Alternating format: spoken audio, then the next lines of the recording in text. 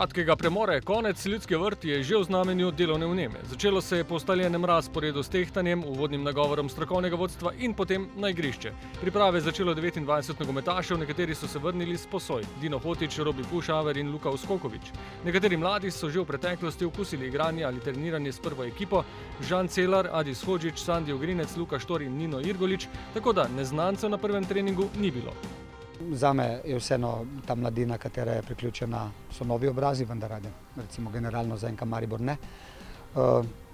Pomeni to, da se bomo obrnili svojim nekim močem mlajšim igralcem, da pričakujem osvežitev zaradi tega, mentalno, energijo, ki jo mlad človek enostavno ima.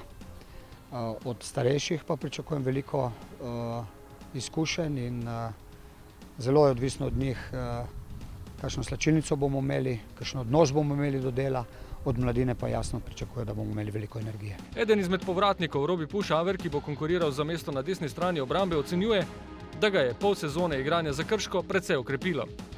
To mi je zelo pomagalo, res, to je bila ena izkušnja več v mojem življenju. Tudi klubu sem srečen, da mi je dal to možnost, da sem odšel, da se lahko dokažem, da se lahko vrnem močen, da dobim tiste minutaže in da bom jo znal izkoriščati tukaj v Mariboru. Medtem pa je obetavni Žan Celar izkušnje nabiral na močnem turnirju mladih v Zagrebu, kjer je bil nasprotnik med drugim tudi Real Madrid. Ja, pred Real Madridu, ko smo igrali, sem se počutil odlično, da dobim to izkušnjo, da igram pred njimi. Dal sem vse od sebe, da bi se dokazal. Začel sem zdaj priprave. Imel sem 4 dni počitka, tako da malo se počutim tako utrujenega, ampak bom dal na treningu vse od sebe, da se dokažem. Rodrigo Defendi ter dalj časa odsotni Aleksandar Rajčević in Matej Palčič še ne vadijo soigralci. V ponedeljek se bo moštvu priključil še Milivoje Novaković, medtem ko še ni jasna usoda Marka Jankovića. Uvodni del poletnih priprav bo potekal ob nizu treningov v Ljudskem vrtu. Tekmovalni del pa se začenja 17. junija z dvobojem proti Mattersburgu. Zadnja testna tekma bo 9. julija proti Celticu v Ljudskem vrtu.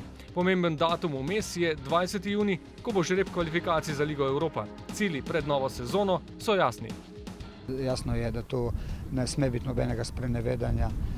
Cilj NK Maribora je vzeti vse, kar je mogoče in tako je tudi potrebno štartati. Želimo biti prvaki, vrniti naslov državnega prvaka v Mariboru, Ljudski vrt, osvojiti vse trofeje, ki se da, in v Evropi biti kar se da uspešni. To je logično, to si enostavno moramo zadati kot cilj in na temu res resno delati vsak dan.